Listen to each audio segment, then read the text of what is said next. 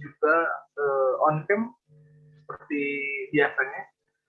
Mangga, Kang Denny, Anira, silahkan on cam, dan teman-teman yang baru bergabung lainnya juga silahkan. Kita akan mulai perkuliahan kita hari ini. Apa kabar teman-teman semuanya? Kang Jidan, Bung Aha, Damang, Kang Reksa, makasih ya Kang Reksa ya. Damang, Kang. Alhamdulillah. Alhamdulillah. Silakan disiapkan kembali untuk yang presentasi hari ini. Tema kita hari ini adalah manusia sebagai makhluk pendidikan. Kalau yang punya buku tuh di buku tuh bab 9 ya, loncatnya. Jadi dari bab kemarin bab 1, bab 2, langsung loncat ke bab 9 dulu. Jadi silakan, boleh langsung di share screen aja mungkin. Enggak? Bapak izin bertanya. Oke, kenapa? Sebelumnya mau tanya tentang tugas 1 Pak yang di pertemuan kedua. Ada beberapa teman saya juga yang emang udah kumpulin tugas tapi di Google Drive karena spotnya waktu itu bermasalah. Tapi di pemantauan spot itu keterangannya tidak mengumpulkan tugas, Pak. Nah itu dia ke tugas ketika pertemuan kedua, pertemuan ketiga, ketika tugas tuh hanya lewat spot. Jadi bingung kemarin tuh.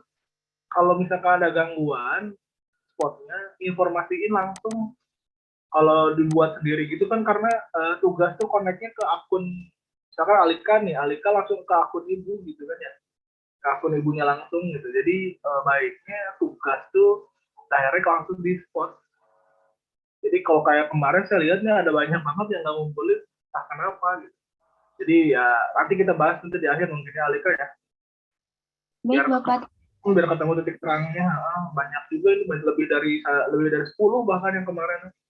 Jadi apakah nggak dibaca atau waktunya atau gimana, ibunya agak kesal juga makanya bingung saya juga ketika menjelaskan perasaan di awal. Saya bilang mungkin Bu Ani juga bilang kalau kehadiran itu kan selain di Zoom ada kehadiran di spotnya juga ya, berupa tugas dan isi diskusi itu kan ya. Jadi agak berbahaya nih. Jadi nanti di akhir kita coba bahas ya. Hari ini kita langsung bahas dulu aja untuk diskusi materinya. Nanti untuk yang kehadiran di spot kita coba diskusikan dulu ya di akhir nanti ya, Alika ya dan teman-teman ya, karena banyak banget ini yang nggak ngumpulin tugasnya, bingung juga ya apakah nggak ngerjain atau gimana. Oke, silakan di share screen. Enggak, kita mulai saja, sudah lebih dari 10 menit, sudah 16 menit lebih. Enggak, silakan. Kalau mungkin sudah ada belum nih? Udah kan? Sudah ada belum kelompoknya nih? Sudah ada, Pak. Oke, silakan kalau sudah ada. Enggak. Dimulai saja kalau gitu. Kali ini kita akan ngebahas tentang manusia dan pendidikan. Lalu nanti ada form diskusinya. Jadi bagi teman-teman yang mau bertanya atau memberikan jawaban, silahkan dilengkapi nanti. Terus juga untuk membantu notulensi kelompok, di kolom chat teman-teman bisa langsung berikan pertanyaannya ya, ketika sudah dipilih. Misalkan nanti raise hand dulu, nanti dipilih, silahkan disampaikan pertanyaannya. Lalu untuk mempermudah notulensinya juga, silahkan teman-teman memberikan pertanyaan atau jawabannya nanti di kolom chat. Lalu kemudian nanti saya share juga hari ini juga langsung saya akan share di grup untuk form notulensi ya, untuk notulensi nanti. Silahkan mana kelompok dimulai.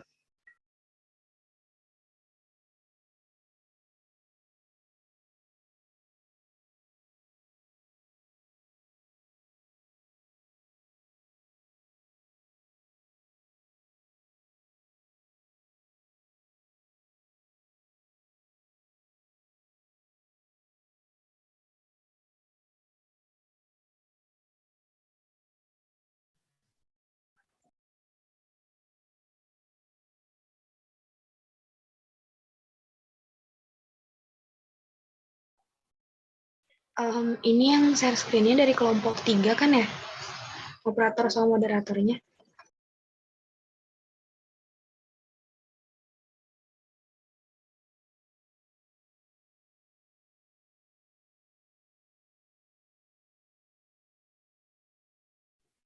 Tadi malam aku tanya ke Aisyah yang mau share screen, Aisyah katanya.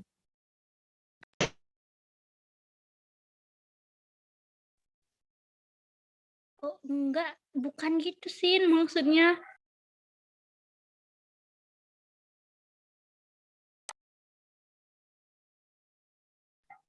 Jadi siapa yang share screen nih? Silahkan.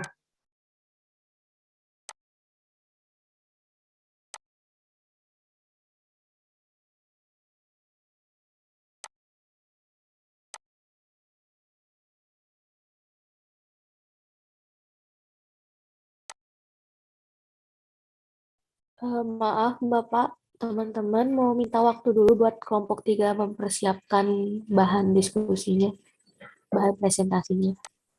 Belum selesai? Atau gimana nih? Enggak, udah Pak. Kan ini Ya, Pak. sesuai kesepakatan sebelumnya kan moderator sama operator dan yang kayak gitunya kan dari kelompok selanjutnya gitu Pak. Dan waktu malam tuh udah diomongin kata salah satu anggota kelompok kami itu ke kelompok 3 gitu. Iya Tapi Pak, ini sedang dipersiapkan sekarang. oke, jadi mungkin belum siap gitu yang jadi tim moderatornya gitu ya.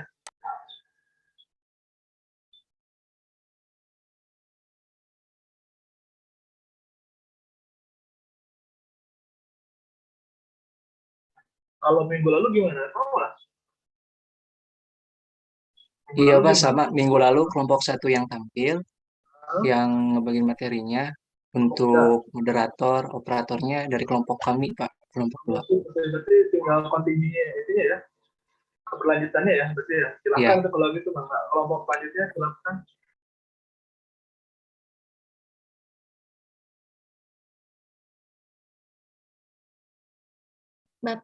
Bapak izin bertanya, Ya, kenapa? Maaf. untuk form diskusinya itu diisi sama yang nanya sama yang jawab atau dari kelompoknya, Pak?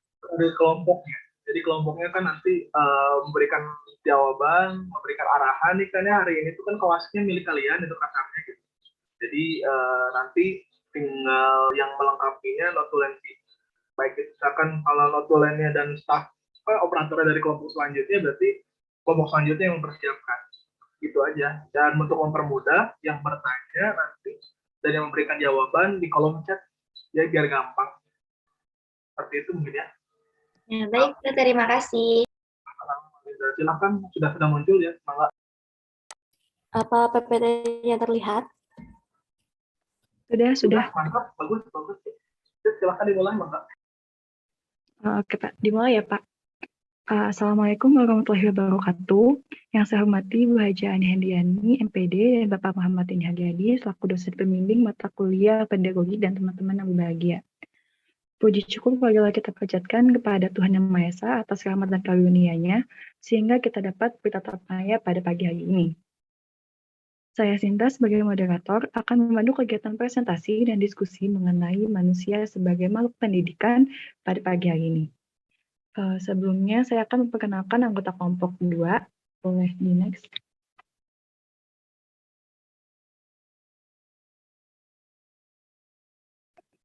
Yang pertama ada Aisyah Nur Hafifah dengan NIM 2103 107, Anira Zaki Febrianti dengan NIM 210334, Dinda Setia Nur Hasanah dengan NIM 21025550, Reksa Agustian dengan NIM 21020063, dan Ngati Nur Fathia dengan NIM 210256. Rangkaian acara yang akan kita lewati antara lain yang pertama itu pembukaan, yang kedua sesi presentasi, yang ketiga sesi diskusi, yang keempat penyelarasan atau tambahan dari dosen pembimbing, yang kelima penutup. Yang pertama mari kita buka sesi presentasi dan diskusi pada pagi hari ini dengan mengucap basmalah. Bismillahirrahmanirrahim. Kita masuk ke acara selanjutnya yaitu sesi presentasi. Adapun materi yang akan disampaikan yaitu yang pertama keharusan manusia untuk menjadi manusia dewasa, yang kedua eksistensi dan perkembangan manusia bersifat terbuka, yang ketiga manusia sebagai makhluk yang perlu bantuan, yang keempat manusia sebagai makhluk yang perlu dididik dan perlu mendidik diri, yang kelima manusia sebagai makhluk yang dapat dididik, yang keenam manusia sebagai makhluk yang mampu mendidik, dan yang ketujuh batas-batas pendidikan. Untuk materi yang pertama dan kedua akan disampaikan oleh Ranti. Kepadanya dipersilahkan. Baik, terima kasih kepada Sinta yang telah mempersilahkan saya untuk menjelaskan tentang materi ini. Yang pertama, keharusan manusia untuk menjadi manusia dewasa. Nih, siapa juga bisa mengasingkan apa saja, tetapi kiranya kita tidak memiliki keasingan tentang keberadaan manusia satu di dunia. Namun demikian, muncul nih pertanyaan, kayak apakah keberadaan manusia di dunia ini atau kehendak atau atas pilihan manusia itu sendiri, sebagaimana yang dikemukakan oleh Martin Heidegger, manusia itu ibaratnya terlempar dan terdampar di dunia. Tahu-tahu ia sudah berada di dunia. Nah, mengenai keberadaan manusia yang ada di dunia, pada awalnya memang bukan atas prakarsanya sendiri gitu, di luar kuasa manusia itu sendiri, tetapi bersamaan dengan itu, manusia dihadapkan dengan suatu kenyataan bahwa dia harus melanjutkan keberadaannya gitu. Manusia memiliki suatu kesadaran untuk mewujudkan berbagai kemungkinan dan eksistensinya. Dia harus mengadakan dirinya sendiri atau harus bereksistensi. Mengadakan sendiri di sini itu bukan berarti menciptakan sesuatu sebagaimana Tuhan mengadakan manusia itu sendiri gitu. Melainkan manusia itu harus merencanakan, berjuang atau berbuat untuk siapa dirinya itu. Baik, next.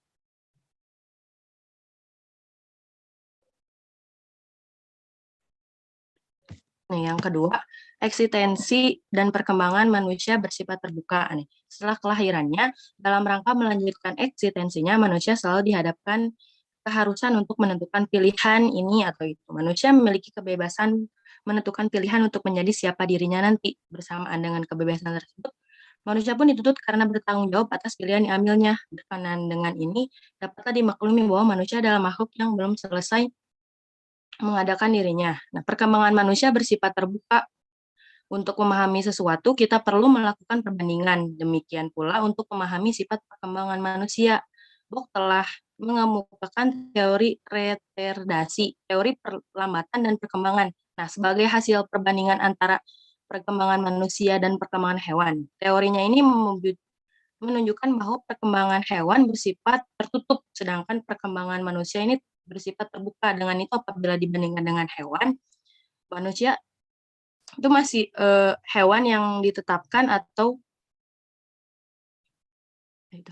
Terus perkembangan hewan bersifat tertutup. Contohnya kayak kerbau lahir sebagai anak kerbau. Selanjutnya himuk berkembang kuadrat sebagai kerbau. Nah, mustahil anak kerbau menjadi serigala. Sebaliknya, perkembangan manusia bersifat terbuka gitu dengan potensi-potensi yang dimilikinya. Kayak misal, seseorang lahir dari bisa disebut anak petani. Nah, bisa aja dia tuh nggak jadi petani lagi, bisa aja jadi guru, bisa aja jadi profesor dan lain-lain. Selanjutnya saya kembalikan ke moderator. Terima kasih. Terima kasih kepada Ranti atas penyampaian materinya. Untuk materi ketiga dan keempat akan disampaikan oleh Dinda. Kepadanya dipersilahkan. Terima kasih moderator atas kesempatannya. Selanjutnya saya akan menyampaikan materi tentang manusia sebagai makhluk yang perlu bantuan. Pada saat dilahirkan, manusia berada dalam keadaan yang tidak berdaya. Manusia belum bisa berdiri, belum bisa berjalan, belum bisa mencari makan sendiri, dan lain sebagainya. Jadi pada saat dia dilahirkan, untuk dapat mempertahankan hidupnya, dia memiliki ketergantungan dan tetap memerlukan bantuan dari ibu dan ayahnya ataupun dari orang dewasa. Demikian pula dalam rentang waktu tertentu dalam perjalanan hidupnya, banyak tantangan dan masalah yang akan dihadapi nantinya dan harus ia selesaikan. Sementara itu, selain anak manusia belum dapat memenuhi berbagai kebutuhan pangan dan sandangnya secara mandiri, anak manusia ini pun belum menguasai berbagai pengetahuan ilmu dan keterampilan yang dibutuhkan dalam rangka memecahkan berbagai masalah hidupnya.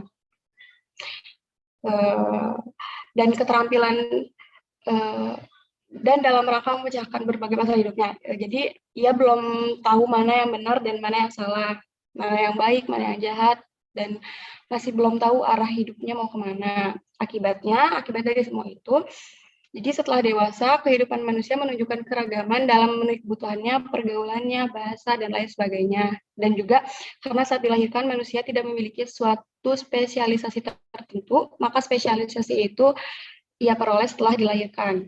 Oleh karena keterbatasannya itulah, untuk kelangsungan hidupnya manusia memerlukan bantuan untuk tetap hidup. Tanpa adanya bantuan dari pihak lain, mustahil manusia dapat melangsungkan hidupnya. Berbagai potensi yang dimiliki manusia tidak otomatis terwujud dalam perkembangan anak manusia setelah ia dilahirkan. Untuk dapat mewujudkan semua potensinya itu, anak manusia mempunyai ketergantungan kepada orang dewasa. Lalu selanjutnya, materi yang kedua adalah manusia sebagai makhluk yang perlu dididik dan perlu mendidik diri. Manusia perlu dididik karena eksistensi manusia bersifat terbuka, artinya bahwa manusia adalah makhluk yang belum selesai mengadakan dirinya sendiri. Jadi dengan demikian manusia berada dalam perjalanan hidup, dalam perkembangan dan mengembangkan diri. Manusia juga sekaligus belum selesai mewujudkan dirinya sendiri. Bersamaan dengan hal itu, dalam eksistensinya manusia mengemban tugas untuk menjadi manusia ideal, yaitu menjadi manusia dewasa. Sosok manusia ideal atau manusia dewasa merupakan gambaran manusia yang dicita-citakan atau yang seharusnya ada pada diri manusia. Sebab itu, sosok manusia ideal atau kedewasaan itu belum terwujudkan, melainkan harus diupayakan untuk diwujudkan. Pada hakikatnya manusia adalah animal educable, atau binatang yang dapat dididik, dan juga animal educandum, atau binatang yang harus dididik, dan educandus, atau makhluk yang dapat mendidik. Dengan itu, jelas bahwa pendidikan merupakan keharusan mutlak bagi manusia. Oleh karena itu, manusia perlu dididik. Maka dapat ditinjau dari beberapa aspek.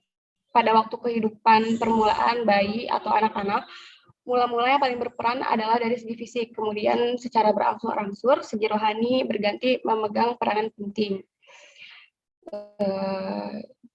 Jadi, manusia belum selesai menjadi manusia. Jadi, ia masih dibebani keharusan untuk menjadi manusia. Tetapi, tidak dengan sendirinya ia akan menjadi manusia. Untuk menjadi manusia, ia perlu dididik dan mendidik diri. Kita dapat mengidentifikasikan 4 prinsip antropologis yang menjadi alasan bahwa manusia dapat dididik. Di antaranya adalah yang pertama adalah manusia belum selesai mengadakan dirinya sendiri. Yang kedua, keharusan manusia untuk menjadi manusia dewasa. Yang ketiga ada perkembangan manusia bersifat terbuka.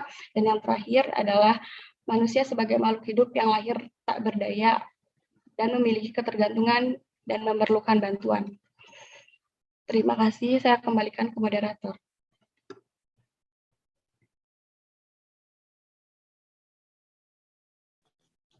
Terima kasih kepada Dinda atas penyampaian materinya. Untuk materi selanjutnya, materi kelima akan disampaikan oleh Aisyah. Kepadanya dipersilahkan. Baiklah, terima kasih moderator. Di sini saya akan menjelaskan materi tentang manusia sebagai makhluk yang dapat dididik. Pendidikan sendiri bertujuan agar seseorang menjadi manusia ideal atau manusia dewasa. Sosok manusia ideal tersebut antara lain adalah manusia yang beriman dan bertakwa kepada Tuhan Yang Maha Esa, bermoral dan berakhlak mulia, cerdas, berperasaan, berkeimanan, dan mampu berkarya. Dalam proses pendidikan, pendidik memegang peran yang sangat penting dan menentukan dalam mencapai tujuan pendidikan. Nah, praktik pendidikan ini merupakan upaya pendidik dalam membimbing manusia yang antara lain diarahkan agar ia mampu menjadi dirinya sendiri. Pendidikan hakikatnya berlangsung dalam pergaulan antara sesama manusia. Melalui pergaulan ini, pengaruh pendidikan disampaikan oleh pendidik dan diterima oleh peserta didik. Pendidikan bersifat normatif dan bertujuan agar manusia menjadi berakhlak mulia. Berdasarkan uraian ini, dapat kita temukan 5 prinsip antropologis yang melandasi kemungkinan manusia akan dapat dididik. Yang pertama, prinsip potensial, prinsip dinamika, prinsip individualitas, prinsip sosialitas, dan prinsip moralitas. Sekian dari saya, terima kasih. Terima kasih kepada Aisyah atas penyampaian materinya. Untuk Untuk materi selanjutnya adalah materi ke-6 yang akan disampaikan oleh Anira. Kepadanya dipersilakan. Sebelumnya, terima kasih kepada moderator yang sudah mempersilahkan saya untuk pemaparan materi mengenai manusia sebagai makhluk yang mampu mendidik. Akan saya paparkan. Tadi udah dijelasin bahwa manusia itu perlu dididik. Nah, selain berstatus sebagai makhluk yang perlu dididik, manusia juga sebagai makhluk yang mampu mendidik. Nah, pendidikan pada manusia itu bertujuan untuk melatih dan membiasakan manusia sehingga potensi, bakat, dan kemampuannya menjadi lebih sempurna. Nah, dengan hal ini, manusia itu menunjukkan kesempurnaannya gitu, karena melalui pendidikan yang dari awalnya lahir, cuma kita punya potensi yang bahkan kita sendiri nggak tahu potensi kita apa, bakal jadi kayak gimana, dan harus kita apain potensi yang ada dalam diri kita. Tapi melalui pendidikan ini, melalui fase-fase yang telah melewati berbagai pendidikan, kita jadi tahu potensinya harus kita apain, nanti kita harus kayak gimana. Nah, di situ tuh fungsi pendidikan di sini untuk menyempurnakan diri untuk lebih sempurna. Nah, menurut riset dari Syarifuddin pada tahun 2015, ada pikiran-pikiran dari Ki Hajar Dewantara yang mengidentifikasi 6 asumsi kenapa manusia mau dan mampu mendidik bagi generasi penerusnya. Yang pertama, manusia itu mempunyai naluri untuk memelihara hidup dan melanggengkan keturunan. Jadi di sini aja bisa kelihatan bahwa manusia memang mau yang terbaik gitu untuk keturunannya. Yang kedua, ada sehubungan dengan naluri untuk memelihara dan melanggengkan tadi, manusia juga memiliki insting dan kecakapan untuk mendidik anak-anaknya. Nah, ini juga yang disebut sebagai insting pedagogis. Jadi udah sewajarnya, udah secara alamiah gitu kalau misalnya orang tua, kita sebagai orang dewasa pasti mau mendidik yang baik-baik sama yang generasi kita selanjutnya. Yang ketiga itu manusia, khususnya para orang tua, merasa terperintah oleh Tuhan untuk memelihara dan melanggengkan keturunannya dengan baik. Tentu saja bahkan kita sebagai anak merupakan anugerah dan titipan dari Tuhan kepada orang tua kita. Pasti orang tua kita juga melakukan yang terbaik untuk mendidik kita. Selanjutnya yang keempat ada sehubungan dengan yang udah tadi saya jelaskan sebelumnya, 3 poin terdahulu, maka dengan cinta dan kasihnya semua anak dengan sendirinya sejak kecil mendapat pengaruh pendidikan daripada orang tuanya. Nah, walaupun orang tuanya nggak serta-merta mendapat pendidikan yang formal dan tinggi, tapi secara tidak langsung dan emang udah secara sewajarnya kita pasti terpengaruh dari pendidikan-pendidikan orang tua. Seminimal-minimalnya kayak kita tahu apa yang salah, apa yang benar, kita tahu mana yang baik, kita tahu mana yang buruk. Yang selanjutnya ada kekuatan trisakti. Jiwanya manusia mampu menghasilkan kebudayaan, hidup berkebudayaan, dan termasuk di dalamnya menghasilkan ilmu pendidikan sehingga manusia mampu melaksanakan pendidikan berdasarkan ilmu pendidikan dengan penuh kesadaran. Nah, yang terakhir ada manusia memiliki intuisi pedagogis tadi. Menurut Ki Hajar Dewantara, di samping pengetahuan pendidikan ada pula kecakapan mendidik. Nah, dalam hal di mana intuisilah yang menjadi sumber kecakapan tersebut. Kayak tadi yang udah saya jelasin bahwa nggak semua orang tua kita memiliki riwayat pendidikan yang tinggi dan bisa dikatakan cukup layak untuk menjadi seorang pendidik, tapi itu nggak menutup kemungkinan bahwa orang tua pasti akan melakukan yang terbaik untuk anaknya. Bahkan kan kita tahu sendiri ada peribahasa kalau orang tua tuh anak saya jangan sampai jelek kayak saya, atau anak saya harus lebih baik dari saya gitu. Jadi sependek-pendeknya ilmu pengetahuan atau pendidikan formal yang orang tua kita tahu, tapi pasti beliau akan menyampaikan yang terbaik untuk anaknya. Mungkin segitu yang dapat saya sampaikan. Saya kembalikan ke moderator. Terima kasih. Terima kasih kepada Nira atas penyampaian materinya. Untuk materi yang terakhir, materi ke-7, akan disampaikan oleh Reksa. Kepadanya dipersilahkan. Oke, terima kasih kepada moderator yang telah mempersilahkan saya. Materi terakhir yaitu mengenai batas-batas pendidikan. Nah, jenis-jenis batas-batas pendidikan itu ada 3. Pertama, batas bawah pendidikan. Kedua, batas atas pendidikan. Dan yang ketiga, batas pendidikan berkenaan dengan pribadi anak didik. Yang pertama, batas bawah pendidikan. Nah, batas bawah pendidikan ini ketika anak didik mengenal kewibawaan, yaitu sekitar 3,5 bulan. 3 tahun 5 bulan. Nah, di umur segituan, si anak itu mulai perkembangannya udah mulai melesat dari perkembangan kognitif, fisik, sosial, dan emosi. Nah, adapun batas atas ya pendidikan yaitu ketika tujuan pendidikan telah tercapai, yaitu ketika anak mencapai kedewasaan. Sebagaimana tujuan pendidikan dan tujuan pedagogik bahwa membimbing anak mencapai kedewasaan. Berarti bisa disimpulkan batas atasnya itu ketika si anak itu mencapai kedewasaan. Contohnya, contoh tujuan sementara. Agar anak pandai makan dengan menggunakan sendok dan garpu. Maka batas pendidikannya itu dicapai mana tatkala si anak itu telah mampu makan dengan menggunakan sendok dan garpu. Dan yang ketiga, yaitu batas pendidikan berkenaan dengan pribadi anak didik. Nah, dalam prakteknya, si pendidik ini harus melaksanakan peran-peranannya menghormati pribadi anak didik. Jangan sampai si pendidik ini mengorbankan pribadi anak didik. Contohnya, pendidikan yang keras mengorbankan menghukuman badan yang keras dapat menjerumus kepada pengabaian pribadi anak didik. Sehingga anak didik ini nyaris diperlakukan sebagai hewan. Di samping itu, penjelasan selanjutnya mengenai batas-batas pendidikan, yaitu batas pendidikan itu bersifat individual, mengingat jenis kelamin itu berbeda-beda. Jadi bagaimana mengembangkan anak laki-laki menjadi anak laki-laki, bagaimana mengembangkan anak perempuan menjadi anak perempuan, itu berbeda.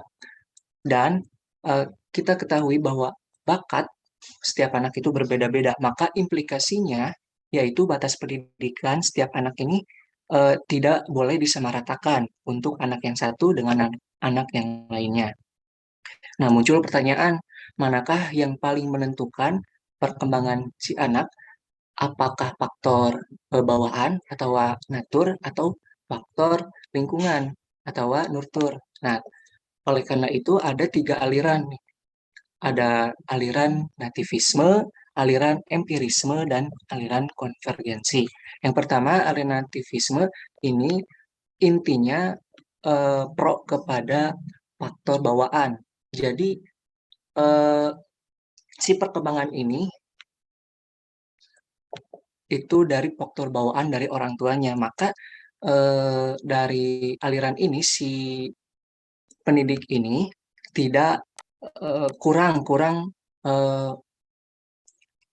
sekali dalam mengembangkan si anak didik. Nah, untuk yang kedua, empirisme ini bertolak belakang terhadap nevitisme.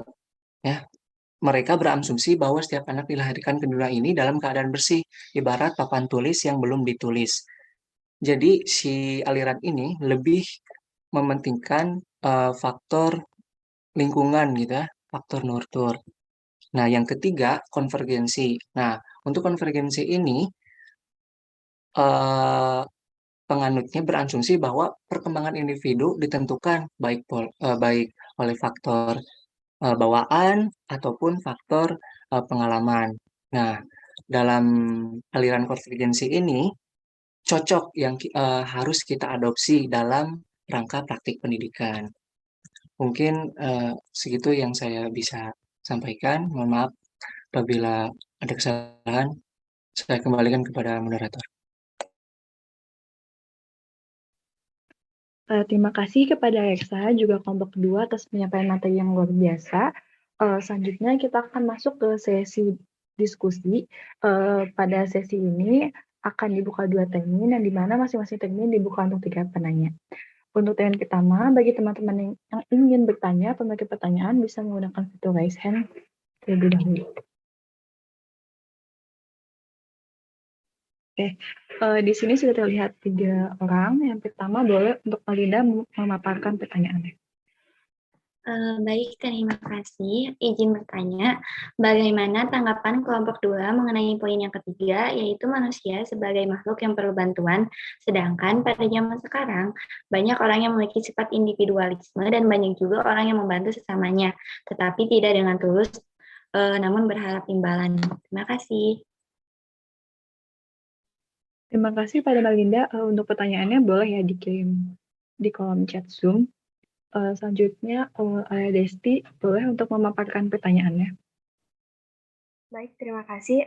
Saya izin bertanya kepada kelompok ini. Tadi dijelaskan pada poin nomor 2 bahwa manusia itu memiliki kebebasan untuk menentukan untuk menjadi siapa dia nantinya. Tapi pada beberapa orang terjadi kasus di mana hidup mereka itu seolah-olah sudah diatur gitu.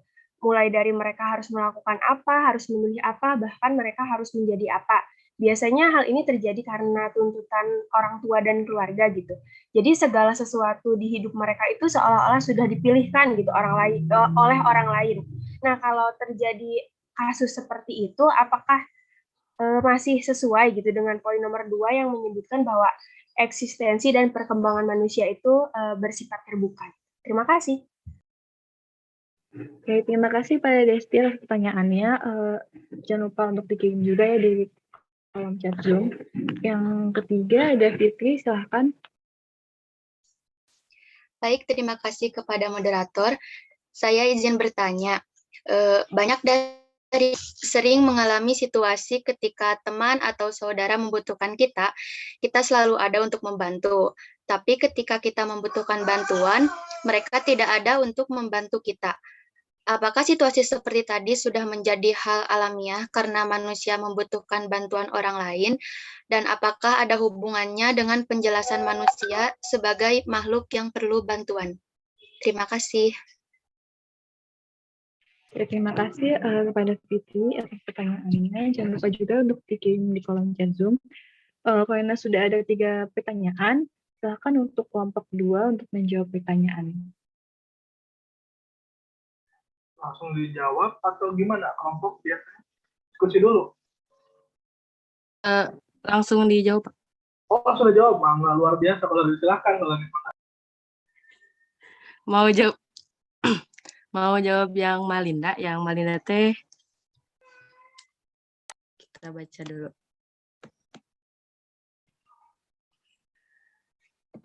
Yang manusia sebagai makhluk yang perlu bantuan, sedangkan pada zaman sekarang banyak orang yang memiliki sifat individualisme dan banyak orang juga yang membantu sesamanya tetapi tidak tulus namun mengharapkan imbalan. Nih, yang pertama itu tuh saya nangkepnya jadi ada 2 pertanyaan gitu, yang kenapa orang sekarang banyak yang individualis, terus yang kedua kenapa ada orang yang membantu tapi nggak tulus.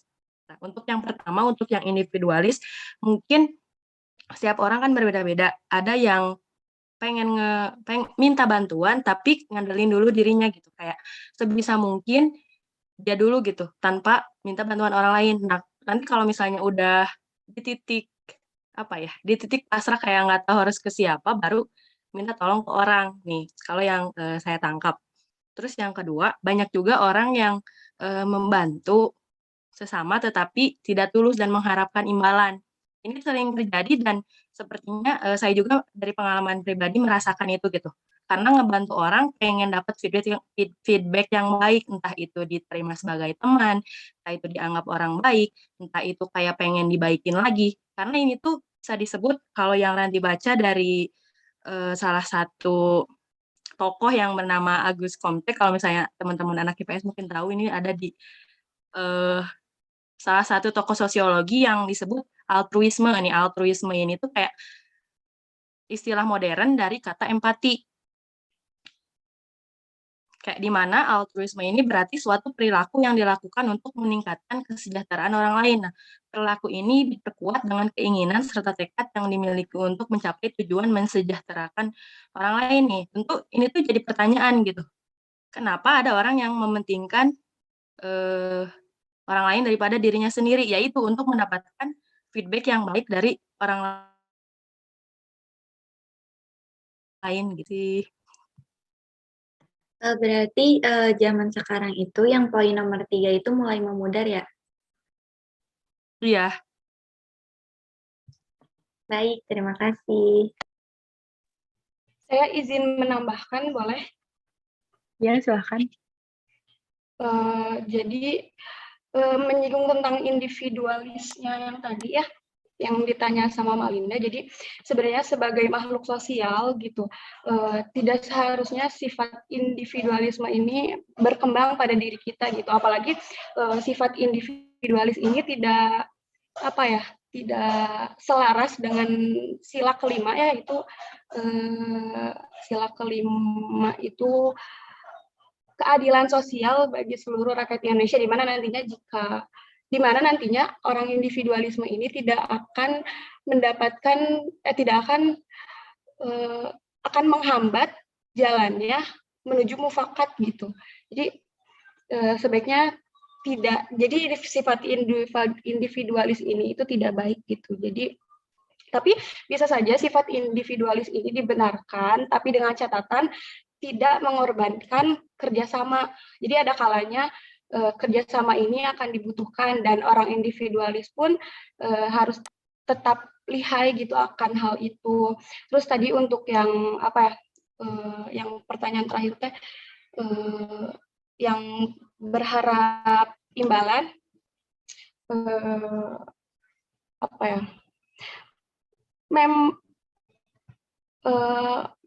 untuk orang yang tulus tapi berharap imbalan itu sih menurut saya tetap saja pamrih. Jadi sebaiknya mulai dari diri kita aja sendiri gitu, untuk selalu ikhlas dalam melakukan kebaikan apapun dan jadikan kebaikan ini sebuah kebiasaan gitu. Niatnya juga harus kuat. Jadi dengan itu insya Allah dijauhkan dari rasa pamrih gitu. Terima kasih. Oke, terima kasih Dinda atas tambahannya. Untuk dari kelompok 2 sendiri atau teman-teman sekalian, apakah ada yang menambahkan lagi?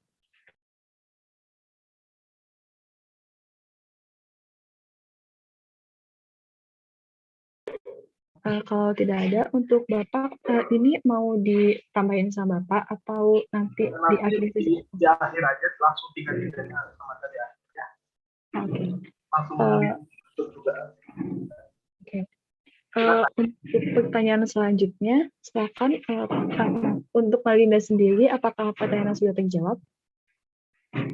Sudah, mungkin dari pertanyaan Malinda, tadi jawaban dari teman-teman juga bisa mendorong teman-teman biar tidak bersifat individualisme dan menolong tanpa pamrih. Seperti itu. Terima kasih. Oke, terima kasih Malinda atas sharingnya juga untuk kita semua. Untuk pertanyaan selanjutnya, silakan kelompok 2 untuk menjawab. Ya, izin menjawab pertanyaan Desti. Ya, silakan Aisyah. Menurut saya ya, tidak semua yang dipilih orang tua itu buruk. Terus juga nggak baik juga.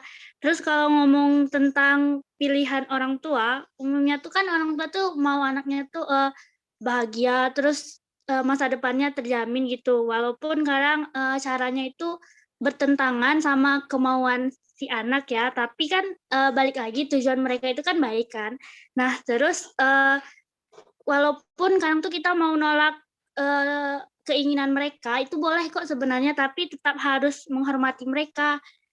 Ini nih kasus biasanya untuk orang tua yang normal gitu ya. Tapi ada juga beberapa orang tua yang pikirannya itu di luar kewajaran gitu loh. Jadi kalau misalnya yang nggak wajar ini bisa dikonsultasikan ke orang lain, karena mengikuti pilihan mereka tuh kalau untuk saya tuh kadang kurang masuk di hati gitu. Tapi kan pilihannya itu ke kita sendiri ya. Misalnya kalau kita udah milih pilihan itu, setidaknya kita harus tanggung jawab sama pilihan kita, jangan menyalahkan ke orang lain gitu. Gimana? Ada yang kurang nyambung gitu nggak jawabannya? Aku izin menambahkan, moderator. Iya, boleh, silakan. Jadi pada intinya benar yang dibilang teman saya tadi, bahwa cara menolaknya itu kalaupun misal pilihan orang tua kita nggak sesuai, nggak selaras sama apa yang kita mau, ya mungkin diusahakan untuk menolaknya, tapi dengan cara yang baik juga gitu. Nah, tapi menurut saya sendiri pada akhirnya semuanya juga balik lagi ke kita. Pada akhirnya kita juga masih memenuhi statement yang tadi bahwa manusia memiliki eksistensi yang terbuka, kebebasan untuk memilih apa yang dia mau. Karena pada akhirnya kita sendiri yang milih. Kita mau ngikutin orang tua kita atau enggak nih? Pada akhirnya kita sendiri kan yang menentukan. Kita mau ngikut atau mau enggak. Kalau ngikut konsekuensinya seperti ini, kalau kita nggak mau ikut berarti konsekuensinya seperti itu. Nah, jadi kita juga harus bisa berpikir bahwa kalau kita milih A, apa nih yang terjadi ke depannya? Kalau kita milih B, apa nih yang terjadi ke depannya? Walaupun kita dipilihkan sama orang tua, diatur sama orang tua, harus melakukan ini, itu. Tapi kan pada akhirnya tetap kita sendiri yang menentukan pilihan kita tuh mau ngikutin orang tua kita atau justru kita mau membangkang dan menolak gitu aturan dari orang tua kita. Gitu sih kalau dari aku. Makasih. Oke, terima kasih kepada Angga. Ya, Izin menambahkan. ya silakan. Saya setuju dengan apa yang dikatakan Aisyah dan Anira. Sejatinya dalam hidup itu kita punya dua hal. Yang pertama itu ada hak dan ada kewajiban. Hak orang tua tuh apa namanya? Yaitu bisa memilihkan anaknya gitu loh. Jadi kayak membantu anaknya dalam pemilihan di hidupnya gitu. Nah, kewajibannya yang membimbing. Nah, kita juga punya hak sebagai anak, kita juga punya hak buat menolak, tapi kita juga punya kewajiban untuk hormat ke orang tua. Mungkin cara menolaknya bisa lebih sopan gitu. Itu sih. Terima kasih. Terima kasih kepada Intan. Apakah ada teman-teman yang lainnya ingin menambahkan atau menyanggah? Izin berpendapat, moderator. Siapa dulu? Oke, Aisyah dulu. Mungkin contoh yang paling sering terjadi di masyarakat itu ya kalau anaknya mau masuk kuliah kan biasanya si anak mau jurusan yang A tapi orang tuanya tuh bilang nggak usah jurusan A, jurusan B aja, padahal kan yang menjalankan kuliah itu kan si anaknya bukan orang tuanya gitu. Jadi harus dipikirkan matang-matang juga baik dari anaknya maupun orang tuanya gitu. Oke, terima kasih Aisyah. Untuk Ibnu, silakan. Terima kasih moderator.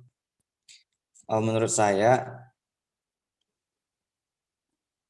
itu bukan termasuk ke eksistensi manusia yang terbuka karena manusia mempunyai potensi yang telah diberikan oleh Tuhan kepada setiap manusia.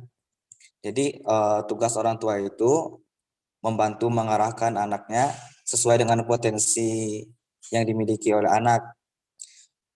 Dan juga orang tua itu memberikan seperti konsekuensi jika si anak memilih A, akibatnya gini. Jika memilih yang B, itu juga punya akibat. Dan juga disebutkan di dalam buku, manusia memiliki potensi untuk berbuat baik, potensi cipta, rasa, dan karsa. Mungkin demikian. Mungkin ada teman yang ingin menyanggah. Oke, terima kasih kepada Ibnu. Tadi Rahma mau nambahin? Iya, saya di sini izin sedikit menambahkan. Jadi benar sekali tadi ya yang disampaikan oleh teman-teman. Jadi gini ya, kalau misalnya kan itu di poin nomor 2 itu disebutkan bahwa manusia memiliki kebebasan menentukan untuk memilih menjadi siapa dia nantinya. Nah, menurut saya sendiri, kalau terlalu dibebasin juga kan nggak mungkin ya, apalagi kayak masih kecil gitu kan, anaknya yang belum tahu bagaimana gitu ke depannya dia, ya intinya sesuai porsinya aja gitu. Jadi balik lagi ke orang tua, kalau misalnya udah tahu anaknya nih punya potensi ini, ya silahkan dibebaskan anaknya untuk memilih gitu apa yang dia mau. Tapi kalau misalnya dilihat anaknya ini masih apa ya, belum bisa menentukan pilihannya, ya itulah peran orang tua gitu untuk membimbing anaknya gitu. Terima kasih. Oke, terima kasih pada Rahma. Apakah teman-teman lain ada yang ingin menambahkan atau menyanggah lagi? Oke, jika tidak ada, apakah Desti pertanyaannya terjawab? Sudah sangat terjawab. Terima kasih semuanya. Oke, selanjutnya untuk pertanyaan yang ketiga, pertanyaan dari Fitri, boleh untuk kelompok 2 untuk menjawab pertanyaan.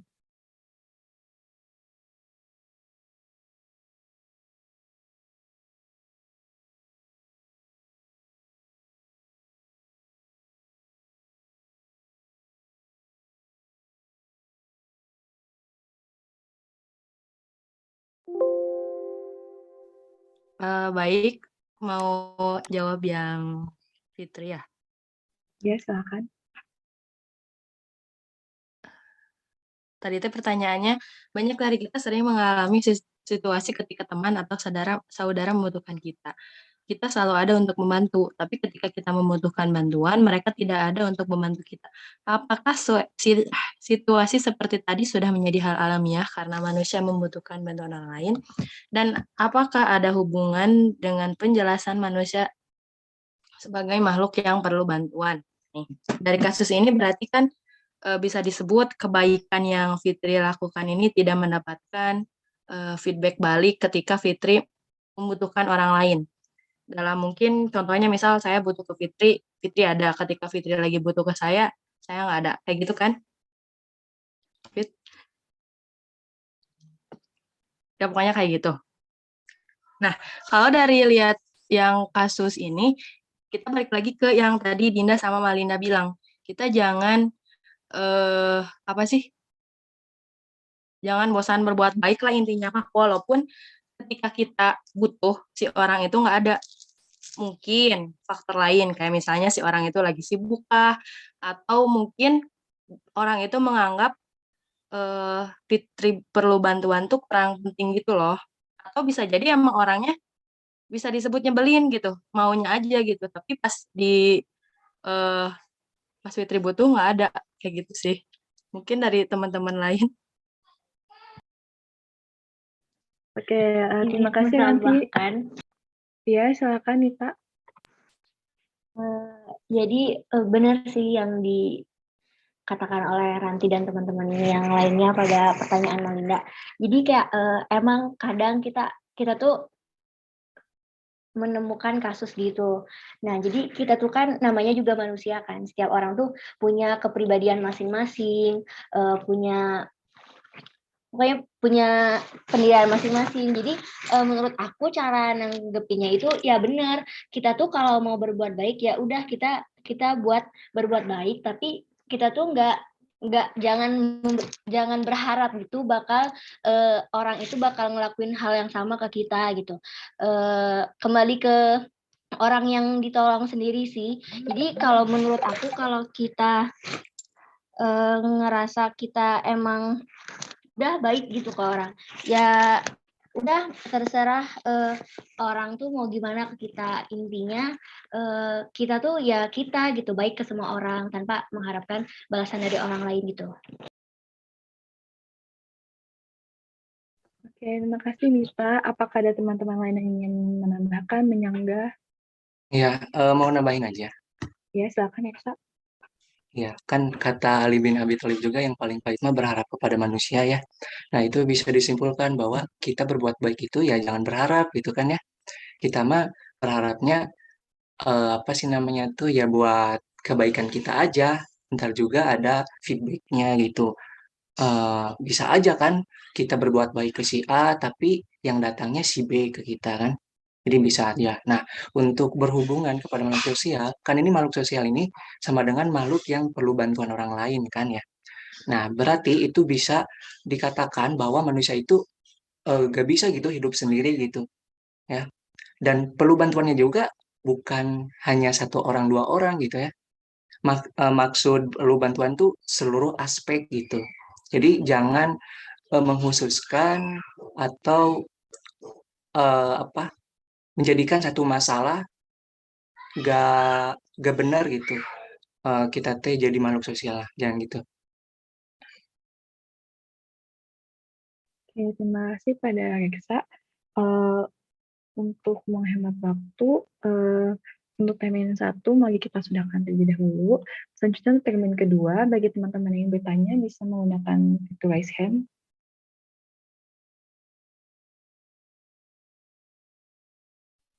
Oke, di sini udah ada 3 penanya. Yang pertama ada Intan Rahma Kamila, silahkan memaparkan pertanyaannya. Baik, terima kasih kepada kelompok 2. Di batas pendidikan kan tadi disebutkan bahwa pendidikan itu berfokus ke bakat dan potensi mana yang harus diwujudkan, bagaimana cara mewujudkan, dan sejauh mana potensi telah diwujudkan. Secara gak langsung, ini tuh merujuk ke pengembangan diri anak sesuai bakat, potensi, dan mungkin juga minatnya ya. Nah, menurut kelompok 2, sistem pendidikan Indonesia ini udah efektif belum ya buat mengoptimalkan pengembangan bakat dan potensi anak? Karena di sini kan kita belajar semuanya ya, dari eksak sampai seni. Sedangkan bakat kita kan hanya di ranah tertentu, bukan di semua bidang. Terima kasih kelompok 2. Terima kasih kepada Intan. Berarti ini pertanyaannya mengenai pendapat dari kelompok 2 sendiri ya. Boleh Intan untuk mengirim pertanyaannya di kolom chat.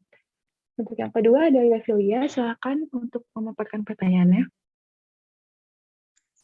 Iya, izin bertanya, mengapa perlu adanya batasan-batasan dalam pendidikan? Terima kasih. Sebelumnya, saya nggak bisa nambahin di kolom chat, nanti saya lewat chat WA aja ya. Oke, nggak apa. Terima kasih Revilia. Yang terakhir, Denny, silakan untuk memaparkan pertanyaannya. Ya, sebelumnya suara saya terdengar.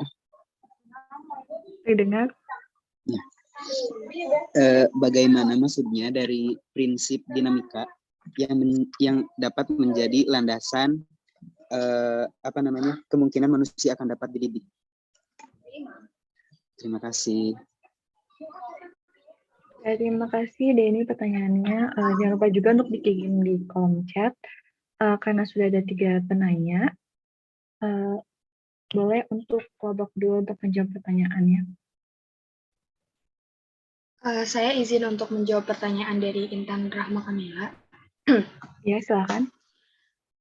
Kalau bertanya tentang keefektifan dari sistem pembelajaran di Indonesia ini, tentu menurut saya sendiri belum efektif ya untuk mengoptimalkan minat dan bakatnya, karena kan kita memang dituntut untuk bisa semuanya. Bahkan saya pernah dengar di salah satu media sosial bahwa kita sebagai murid, ya walaupun dulu guru kita juga mungkin sama mengalami hal yang sama-sama kita, tapi kan pada akhirnya guru kita juga memiliki kekhususan yang satu untuk mengajar gitu. Nah, terus dengan pertanyaan dari Intan Rahma Kamila ini mengenai keefektifan dari sistem kurikulum di Indonesia, sekarang tuh lagi rame dibicarain tentang kurikulum prototype yang mana penghapusan jurusan di jenjang SMA. Kalau menurut saya, dengan adanya penghapusan jurusan ini akan memberikan peluang bagi anak-anak untuk menentukan sendiri minatnya. Karena pada akhirnya nanti siswa-siswa itu akan berhenti berpikir untuk mengotak-ngotakan keilmuan gitu. Apalagi kalau misalnya dengan jurusan IPA, IPS, dan bahasa yang kita sama-sama tahu bahwa budaya kita yang memberikan stigma tersendiri bahwa anak IPA tuh lebih bagus dari anak IPS. Padahal pada kenyataannya belum tentu seperti itu gitu kan. Nah, pada akhirnya jadi dengan adanya pemisahan jurusan ini tuh menjadikan masyarakat, siswanya sendiri juga mengotak-ngotakan dan nggak bebas gitu loh, nggak terbuka untuk dia bisa mempelajari. Nah, makanya kebijakan ini tuh menyangkut bagaimana pola pikir anak untuk tidak terkotak-kotak dalam bidang ilmunya, namun bagaimana dia mengerti minat seseorang. Jadi kalau misalnya dibebasin, kita udah bisa tahu, nggak kayak kita masuk jurusan IPS, belajarnya sosiologi, geografi, sejarah, dan lain sebagainya. Jadi nggak terpatok gitu untuk mempelajari sebidang itu aja. Kita kan nggak tahu kalau misalnya minat kita tuh sebenarnya misalnya di matematika sama di sejarah, atau di matematika sama di ekonomi. Kan bingung juga gitu. Atau kita juga, dengan kita belajar ini nih masuk PKH, saya sendiri juga bingung sebenarnya. Kita tuh masuk ke rumpun ilmu sosum kan, sosial. Tapi pada kenyataannya kita juga belajar tentang anatomi fisiologi, yang mana itu nggak dipelajari gitu loh guys, teman-teman di IPS. Jadi pada akhirnya menurut saya sendiri, penghapusan jurusan di jenjang SMA itu akan menjadi gerbang awal untuk Indonesia menuju kurikulum yang efektif untuk mengoptimalkan minat dan bakat para siswa dan generasinya gitu. Terima kasih. Oke, terima kasih kepada Adinda atas pendapat yang luar biasa. Apakah dari kelompok 2 yang lain ingin menyampaikan pendapatnya juga? Saya mau nambahin, moderator. Ya, boleh, Reksa. Oke, di samping pembelajaran di kelas ya, ada ikhtiar yang lebih, yaitu ekstrakurikuler. Nah, di mana ekstrakurikuler ini bisa menjadi wadah ekspresi ya, bukan ekspresi terhadap minat bakat mereka, seperti melukis, ekstrakurikuler melukis, yang bisa melukis, dan lain sebagainya. Itu sih tambahan dari saya. Izin menambahkan, moderator. Ya, silakan. Mungkin menurut saya ya, efektif atau tidaknya kurikulum di Indonesia itu tergantung perspektif orang-orang. Jadi beda-beda dari orang-orang, misalnya perspektif ini udah efektif, perspektif ini belum efektif. Nah, kalau misalnya menurut Malinda itu kan kita itu dari SD, SMP, SMA atau SMK gitu, lalu kuliah kalau misalnya yang nggak kerja ya. Nah, terus kalau misalnya SD kan kita itu belum tahu kan ya minat kita di mana, bakatnya di mana. Jadi di SD itu kan mata pelajarannya banyak, SMP juga. Jadi dalam jenjang SD sama SMP itu, jadi kita itu bisa mencari keahlian kita di mana, di bidang apa. Nanti waktu pas SMA-nya kita lebih menghususkan misalnya IPA atau IPS-nya seperti itu. Nanti waktu kuliah itu lebih menjurus lagi. Nah, kalau misalnya kita salah, baru tidak efektif gitu. Terus kalau misalnya apa ya, yang tadi dijelaskan oleh Anira bahwa ada kurikulum merdeka. Menurut Malinda kurikulum merdeka juga bisa menjadi gerbang awal untuk teman-teman yang lain gitu, biar pembelajaran sekarang itu jadi efektif. Sudah, terima kasih. Oke, terima kasih. Untuk mengefektifkan waktu, mungkin kita lanjut aja ke pertanyaan berikutnya. Apakah dari kelompok 2 ada yang ingin menjawab pertanyaan berikutnya untuk pertanyaan Dini dan Revelia? Saya akan bantu. Saya akan menjawab pertanyaannya Revelia mengenai batas-batas pendidikan. Jadi ada berhubungannya dengan tujuan pendidikan tersebut. Kan kita ketahui bahwa pedagogik ini tujuannya itu membimbing anak untuk mencapai kedewasaannya. Berarti kalau kedewasaan itu udah enggak. Makanya ada istilah lain yaitu andragogik lah ataupun geragogik. Kan itu andragogik untuk orang dewasa dan geragogik itu untuk pendidikan manusia lanjut usia. Jadi batas-batasan itu biar menjadi batasan dalam praktek pendidikannya juga gitu. Oke, untuk teman-teman yang lain, apakah ada yang ingin menambahkan? Izin menambahkan, moderator. Ya, silakan Ibnu. Terima kasih. Dalam mendidik anak itu perlu adanya batasan gitu, biar apa yang diberikan itu sesuai dengan konteks perkembangan anak-anak. Jika konteks perkembangan anak itu di umur 10 tahun, namun yang diberikan pendidikannya itu di umur 12 tahun, maka itu akan membuat anak yang di umur 10 tahun itu akan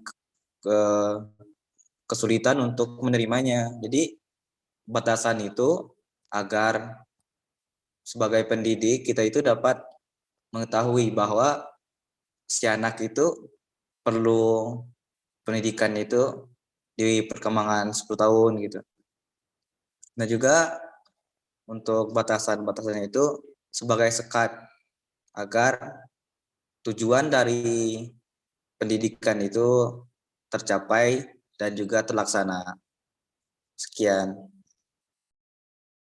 Ya, terima kasih kepada Ibnu. Apakah ada teman yang lain ingin menambahkan atau menggah? Ya, silakan Alika. Saya setuju dengan pendapat Reksa dan Ibnu, karena dengan adanya batasan pada pendidikan itu akan mampu memudahkan pendidik untuk menentukan kematangan anak, sehingga ya tadi seperti kata Ibnu, anak usia sekian harus belajar dengan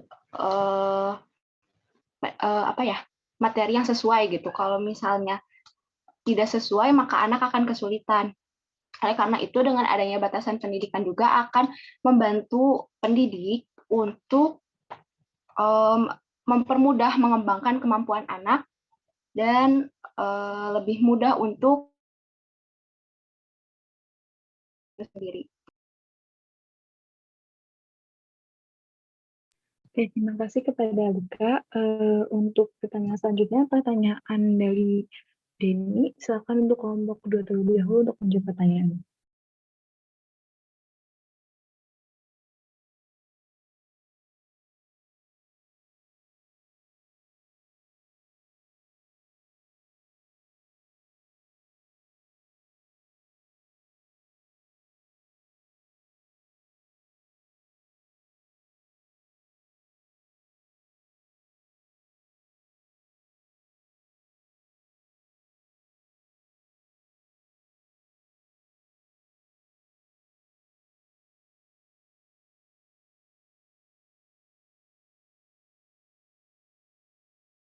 Oke, mau jawab.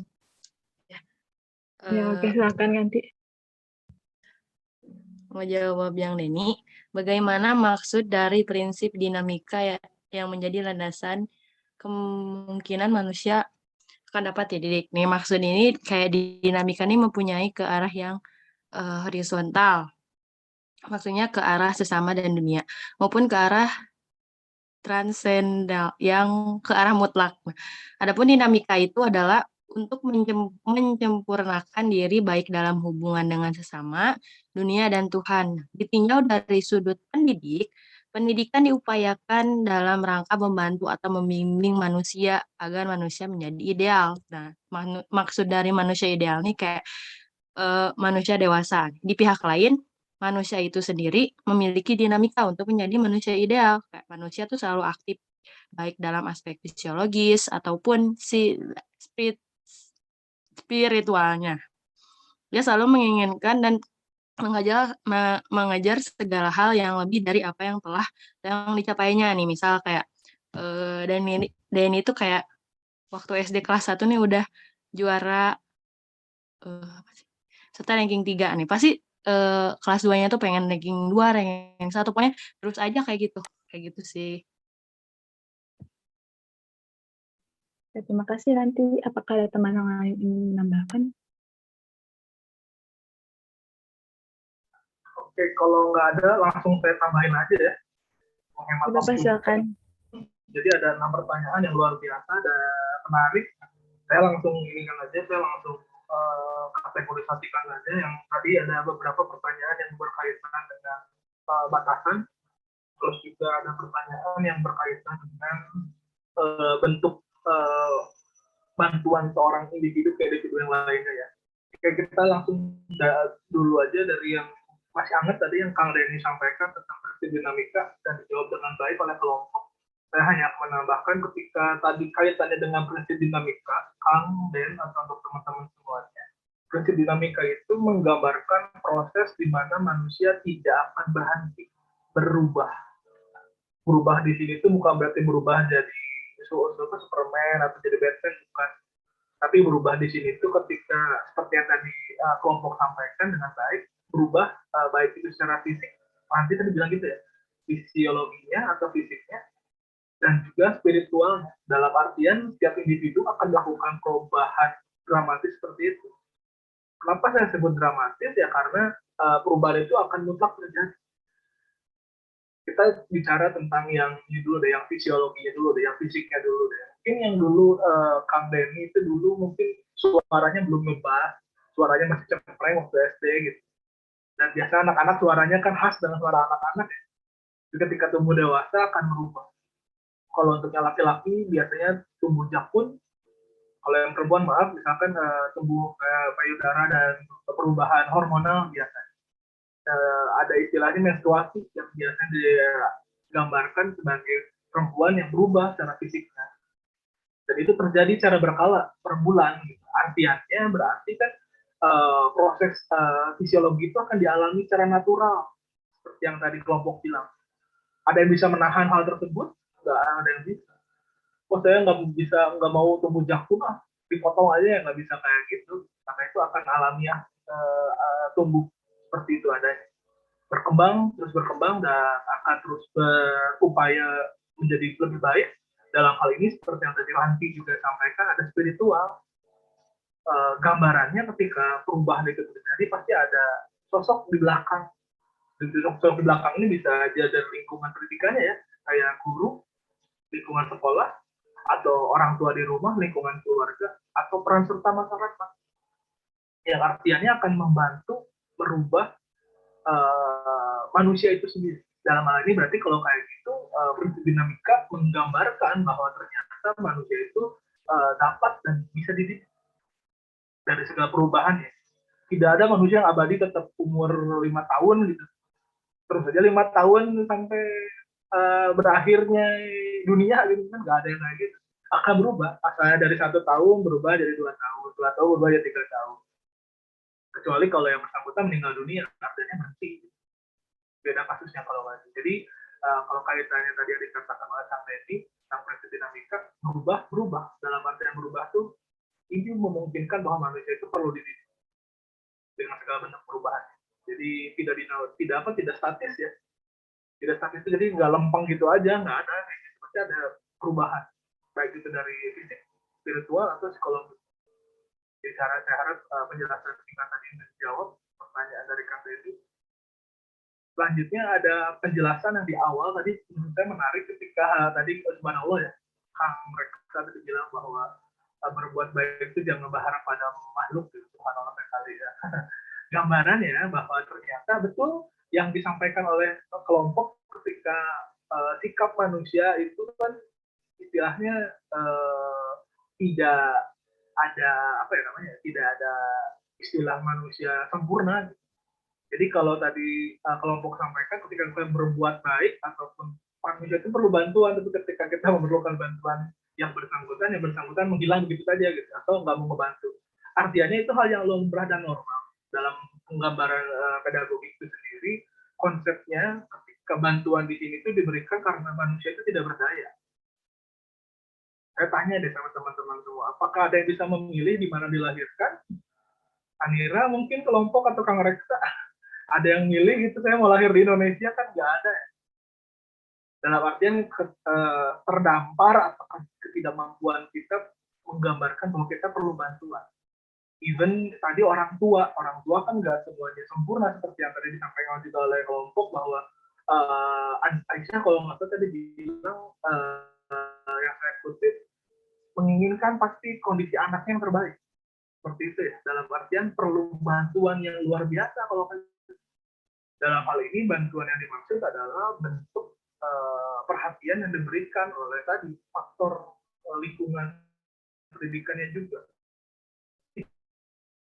Tidak hanya bantuan anak, pasti tentunya ada sekolah dan kembali lagi ada peran masyarakat.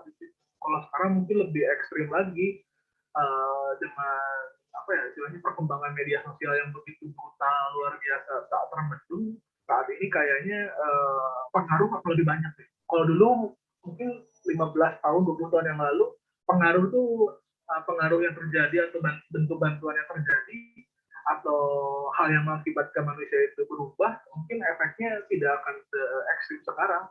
Kalau sekarang dengan bantuan media sosial, bahkan ada istilahnya kalau teman-teman tahu tuh ada istilahnya yang namanya buzzer ya, istilahnya menutupi kejelekan atau bahkan mengangkat hal yang isu yang dianggap murahan, tapi ya itu yang terjadi saat ini.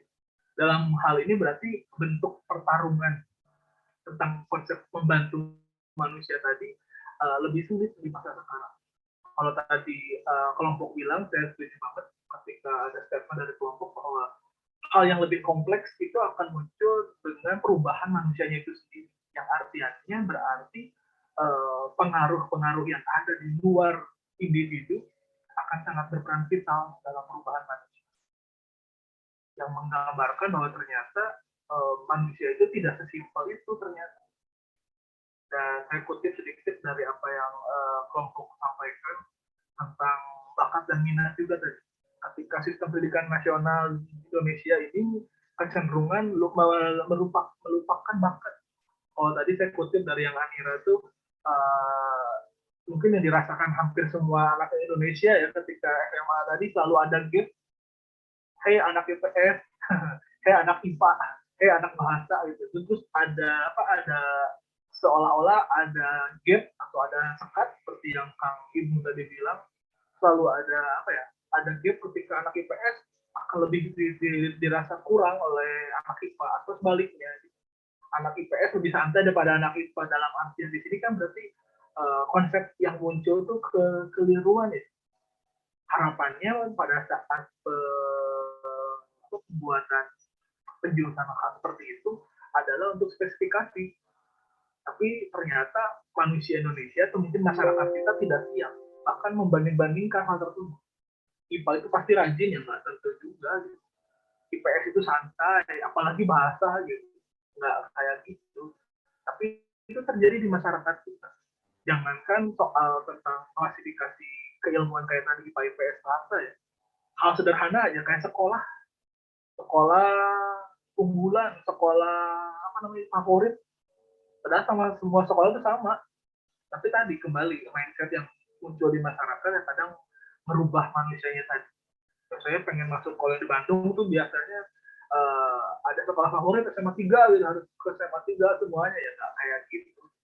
Artiannya berarti pengaruh manusia dalam hal ini berarti masyarakat ya sangat berperan untuk perubahan di potensi anak itu sendiri. Dan bahkan ketika tadi dikatakan oleh Kang Reza, pengembangan individu tidak melulu harus dalam bentuk konsep pendidikan yang baku, dalam hal ini yang formal. Tapi ingat ada kegiatan-kegiatan yang bisa menunjang proses perkembangan individu potensinya. Misalkan tadi kalau kelompok bilang seperti halnya tadi itu ekskul ya, ekstrakurikuler itu kan harapannya untuk membantu perubahan atau membantu potensi yang sebelumnya tidak muncul diharapkan muncul dengan kegiatan. Oke, karena sudah hampir jam 10.30 juga, saya harus masuk ke kelas sebelah. Jadi itu mungkin kesimpulan sederhananya berkaitan dengan materi kita dan luar biasa dari kelompok apresiasi yang tinggi untuk Ranti, Dinda, Aisyah, Anira dan juga Reksa. Terima kasih banyak dan luar biasa juga tadi ada Rahma, ada Ibnu dan banyak tadi yang menambahkan jawaban. Dan terima kasih juga untuk Malinda hingga yang terakhir tadi Kang Denny yang memberikan pertanyaan luar biasa. Akhir kata mungkin itu saja yang bisa saya sampaikan. Jangan lupa cek di spotnya ya untuk tugas teman-teman. Dan permasalahan yang kemarin muncul langsung saya ungkap aja ya. Jadi kemarin tuh banyak yang nggak ngumpulin tugas di spotnya nih. Jadi yang bikin Ibu Ani bingung tuh kenapa, apakah tidak lihat jamnya? Karena ada beberapa mahasiswa yang menghubungi Ibu, Bu maaf saya salah lihat jam, harusnya jam 12 siang, ternyata ini jam 12 malam saya baru ngumpulin. Jadi silahkan ungkapkan apa yang menjadi permasalahan teman-teman biar bisa saya sampaikan ke Ibu Ani. Berkaitan dengan tugas individu, silahkan. Mohon maaf Pak, saya ada ini Pak sedikit gimana Kang tanya. Bidan? Ini Pak kan tugasnya sekarang itu buat mind map Pak. Nah, sedangkan saya tuh takutkan ada kesulitan gitu Pak. Kalau itu kan grafis Pak. Bisa minta bantuan Kang ke iya, nah itu Pak, saya tuh mau konfirmasi itu gitu. Takutnya kan boleh. ini takutnya nggak ada gitu Pak, readernya takutnya lagi pada sibuk kan, rata-rata reader juga orang kuliahan gitu kalau mungkin atau gimana, takutnya pada sibuk gitu Pak. Itu gimana Pak takutnya gitu. Tapi saya pasti usahakan buat ini dulu, nyari reader dulu gitu Pak buat tugasnya. Kalau dilihat dari bentuk grafis, misalkan kalau kesulitan nanti Kang Bidan bisa hubungi saya dulu atau Bu Aninya. Sederhananya ketika mind map tadi dibuat lebih sederhana, bisa pakai Canva ya, kalau biar lebih mudah tuh beberapa tools yang langsung atau kayak dibuat seperti PowerPoint dan dibuat kata kuncinya mungkin Kang, biar lebih mudah. Bentuk penjelasan dan rinciannya mungkin tidak perlu dijabarkan seperti halnya rangkuman gitu, tapi cukup headlinernya saja. Sampai situ mungkin cukup kalau tidak, jadi nggak repot banget untuk semuanya juga. Oh iya Pak, terima kasih Pak. Ya sama-sama, sederhananya sih gitu kan, mind map ya cuma poin-poin utamanya aja dan menjadi istilahnya menjadi headliner yang dimunculkan, itu aja udah cukup. Dan tanpa harus lebih rinci seperti PowerPoint, kan rinci banget nih, bahkan sama dengan penjelasannya. Kalau yang mind map yang saya tangkap sih dari yang Ibu Ani minta, headlinernya saja gitu. Jadi ya nggak terlalu ribet kan. Kalau misalkan kesulitan, silahkan infokan dulu aja Kang Bidan kesulitannya di mana. Kalau misalkan perlu bantuan, silahkan minta bantuan ke teman. Seperti itu ya Kang Bidan dan teman-teman yang lain. Bapak, maaf. Oke, gimana, Sa? Itu Bapak, saya udah ngumpulin tugas saya yang resume ketiga di spot, tapi di spot saya belum ngumpulin gitu, tidak mengumpulkan tugas. Padahal saya ingat banget saya ngumpulin jam 1 kurang malam, Pak. Ya, itu ketika, ini untuk teman-teman juga semuanya nih, ketika sudah cek di spot, biasanya nanti akan muncul file yang sudah terupload, dan teman-teman bisa ngecek ulang dengan cara mengklik lagi filenya. Kalau misalkan berdasarkan perasaan saja agak susah juga nih, ketika tadi perasaannya udah selesai jam 1 bahkan sudah terupload. Kalau sudah terupload tidak akan mungkin hilang selama di spotnya gitu. Kecuali tadi kalau misalkan belum selesai proses upload tapi sudah keburu logout atau sudah keburu keluar, ya pasti ada kemungkinan nggak bisa karena traffic ataupun gangguan. Jadi perhatikan baik-baik saat proses penguploadan ya teman-teman. Jadi Sananda, berarti kalau kayak gitu ya nggak ada, benar-benar hilang atau nggak masuk. Makanya di spotnya otomatis tuh ya, tandanya biasanya warna merah gitu. Seperti itu Sananda. Ya berarti nggak bisa dinilai itu untuk yang tugas sebelumnya. Berarti salah satu persyaratan hadirnya kurang nih kalau kayak gitu. Untuk yang lainnya juga, jadi harap berhati-hati ya proses penguploadannya dan proses mengirimnya, hati-hati juga, perhatikan jamnya, jangan mepet-mepet harinya. Misalkan kalau pengumpulannya hari Sabtu, kalau bisa Jumat sudah selesai. Kalau mepet waktunya takutnya seperti yang Nanda alami. Jadi gagal upload ataupun tidak selesai proses upload. Jadi filenya nggak ada. Seperti itu, Nanda. Bapak izin bertanya. Oke, boleh, silakan. Mengenai tugas yang kemarin itu, Pak, apakah boleh dikumpulkan ulang atau gimana? Itu ketika kemarin tuh tidak semuanya gagal upload ya. Terus proses gangguannya hanya di beberapa akun saja. Nah, misalkan kalau mengalami hal seperti itu lagi untuk Alika dan teman-teman, saya harap lapor sebelum penutupan waktunya ya. Misalkan Alika penutupannya hari Jumat nih misalnya. Nah, hari Kamis tuh dicek benar nggak gangguan. Terus pengumpulannya jangan mepet-mepet waktunya. Kalau mepet waktunya kayaknya agak susah. Kalau misalkan di jam kerja, let's say hari Senin sampai Jumat, teman-teman bisa cek dengan cara hubungi langsung operator spotnya. Itu di halaman awal spotnya ada tuh nomornya. Silahkan tanyakan di situ kalau misalkan gangguannya seperti apa. Biasanya gangguannya yang umum ya, yang sering dialami di spot tuh biasanya si perangkatnya terlalu penuh atau misalkan tidak di clear change-nya dulu, atau seperti yang tadi disampaikan di awal bahwa biasanya kalau mepet waktu, jadi kalau mepet waktunya pengumpulan jam 12, Anda ngomongin jam 11, itu agak susah ya, karena akan traffic di spotnya. Kalau traffic itu kan berarti sama kayak di jalan macet ya, apakah selamat atau enggak ya, jadi susah kalau nggak. Jadi perhatikan lagi waktu dan juga kendalanya apa. Kalau misalkan kendalanya biasanya gateway 4.0 gitu ya, 404, ya artiannya berarti si servernya down. Tolong lapor bisa ke saya atau ke Bu Aninya. Jadi jangan diam, kalau diam kan bingung tanya gimana. Ya, Alika dan teman-teman, kalau misalkan servernya down, lapor gitu, jangan diam. Kalau diam ya bingung juga nanti di akhir pas sudah mau pengumpulan, pas sudah direkap sama Bu Aninya, oh ini nggak ada, ya udah tinggal dihilangkan nanti. Di tugas tidak masuk, nah udah gitu. Seperti itu, jadi hati-hati ya, Alika. Jadi kalau tadi pertanyaannya apakah bisa mengumpulkan kembali, saya coba tanyakan dulu ke Bu Aninya, karena Bu Ani mintanya tepat waktu sih, terakhir gitu. Ya, saya coba tanyakan dulu aja ya. Oke, ada lagi? Saya mau tanya, Pak. Oke, boleh, Rin. Gimana? Ini off-cam ya? On-cam soalnya jaringannya lagi gak stabil. Saya mau tanya, untuk pengumpulan saya itu yang tugas ke berapa ya? Yang pertemuan kedua itu benar-benar gak bisa dibuka, Pak. Gak bisa Ya, ngirim. harusnya pas kejadian seperti itu lapornya bisa ke saya atau ke Bu Ani. Nanti cek apa kendala. Kalau misalkan Rizanya diam ya bingung juga. Terus baru bilang ketika pengumpulannya sudah selesai ya nggak bisa dibantu kalau nggak. Jadi seperti yang saya bilang di awal, komunikasi ya. Kalau ada kendala atau ada kesulitan jangan diam. Kalau diam bingung juga nanti ngebantunya gimana. Jadi diam tuh nggak selalu emas ya teman-teman ya. Ya, terus tugas saya itu kalau yang pertemuan kedua itu tugasnya dikirim sama PJ, di login sama PJ akun saya. Terus yang pertemuan ketiga itu saya kira deadline-nya itu jam 12, ternyata jam 10.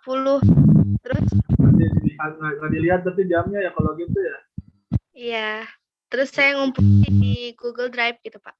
Ya itu nggak bisa kalau kayak gitu. Kalau sejauh ibu mintanya di spot ya di spot berarti.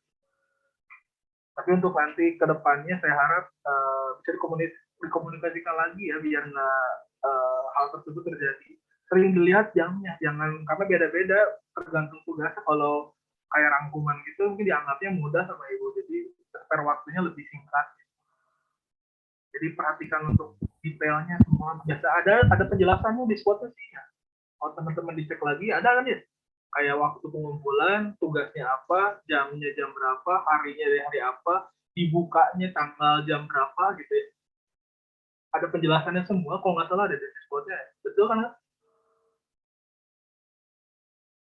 Ada penjelasannya kan ya? Iya, Pak, betul. Jadi silahkan dicek lagi dengan teliti ya teman-teman, ya hati-hati. Karena beda-beda tiap minggunya. Seperti itu, harus nanti kalau ada apa-apa mending lapor dulu, jangan kalau udah lewat ya bingung juga ngebantuinnya gimana. Terus tugasnya kalau Ibu Aninya mintanya di spot ya berarti di spot, nggak bisa di drive atau di apa namanya di link yang lain, kecuali kalau misalkan tugasnya seperti tugas kelompok ya iya disiapkan di link drive supaya apa ya, supaya gampang diakses untuk semuanya. Jadi nanti ketika UTS, UAS kan materinya dari itu juga. Jadi biar ngebantu. Intinya sih seperti itu kalau yang di drive. Tapi kalau untuk yang tugas individu, langsung sinkron dengan akun masing-masing. Dalam artian berarti dengan akun Bu Aninya langsung. Saya hanya cuma bisa ngintip sama ngasih tahu PJ aja. Sama PJ silakan di ACC. Cuma bisa ngebantu itu aja. Tapi kan kembali lagi ke teman-teman ya, apakah pengumpulan tepat waktu atau enggak. Kadang itu sih permasalahannya waktunya ya biasanya. Seperti itu, teman-teman ada lagi silakan. Bapak maaf, ini sesi presentasi sama diskusinya boleh ditutup dulu? Oke, kita sudah tutup saja, silakan kalau gitu. Mangga. Oke, terima kasih kepada kelompok 2 yang sudah menyampaikan materi, teman-teman yang sudah bertanya dan membantu jawab, dan kepada Bapak Denny yang sudah menambahkan juga. Jadi dari sesi prestasi dan diskusi kali ini dapat disimpulkan bahwa manusia ini pada dasarnya tuh perlu dan dapat dididik, sehingga pada akhirnya manusia juga menjadi makhluk yang perlu dan mampu untuk mendidik. Nah, karena bagi manusia sendiri pendidikan itu keberadaannya sangat penting. Seperti yang dikatakan oleh Immanuel Kant dalam teori pendidikannya, manusia dapat menjadi manusia hanya melalui pendidikan. Nah, diharapkannya dari sesi presentasi dan diskusi kali ini, kita dapat lebih memahami mengenai manusia sebagai makhluk pendidikan. Saya Sinta sebagai moderator, mohon maaf jika ada kesalahan. Saya akhiri, wassalamualaikum warahmatullahi wabarakatuh. Waalaikumsalam, terima kasih untuk kelompok 3 berarti ya, yang menjadi operator dan juga menjadi moderator. Terima kasih untuk atensi dan perhatiannya juga teman-teman. Udah over banget 20 menit.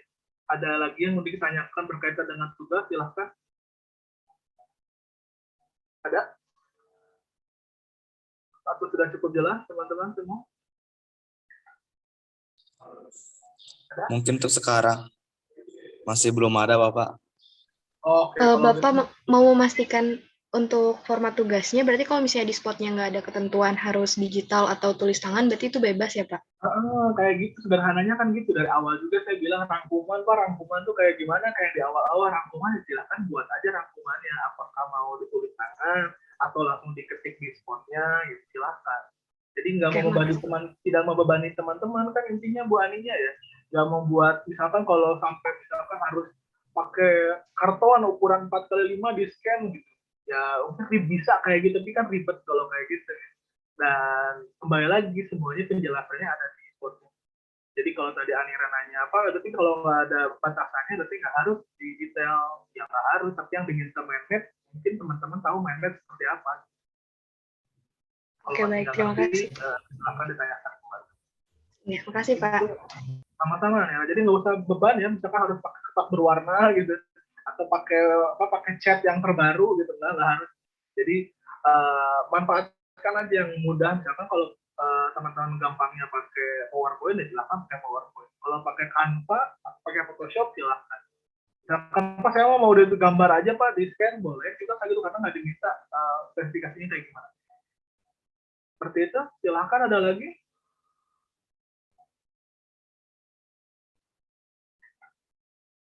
Tidak ada, kalau tidak ada saya akhiri saja. Terima kasih teman-teman atas perhatiannya. Jangan lupa untuk waktu dan untuk pengumpulan tugasnya ya. Saya ingatkan lagi ini banyak banget kelas ini yang tolong tugasnya. Jadi perhatikan ke depannya. Semoga tidak ada kendala dengan persyaratan awal untuk penilaian teman-teman. Jadi sering dicek kalau ada permasalahan bilang ngomong ya, komunikasi. Kalau malu di grup langsung japri aja ke saya nggak apa-apa. Kalau malu ke saya atau malu di grup bisa ke Bu Aninya langsung juga boleh. Karena itu hak teman-teman, jadi jangan diam. Kalau dia bingung kita mau ngebantunya gimana. Ya, komunikasi seperti tadi kelompok juga bilang, membantu sama membantu untuk tadi perkembangan tubuh kita bersama-sama. Itu mungkin simpulannya. Kelompok atau Ibu PJ silahkan difoto dulu boleh. Kang Reksa atau gimana silahkan foto dulu. Kalau tidak lagi yang mau dipertanyakan lagi. Halo, Akang. Mangga. Silakan. Sudah? Gimana sudah? Halo. Izin menjawab, Pak. Tadi sepertinya Reksa sudah. Oh, sudah difoto semuanya nih. Oh, iya. Ya, kalau sudah ya sudah. Kalau belum takutnya belum. Tapi kalau sudah difoto berarti tinggal dikirim di grup ya, teman-teman ya.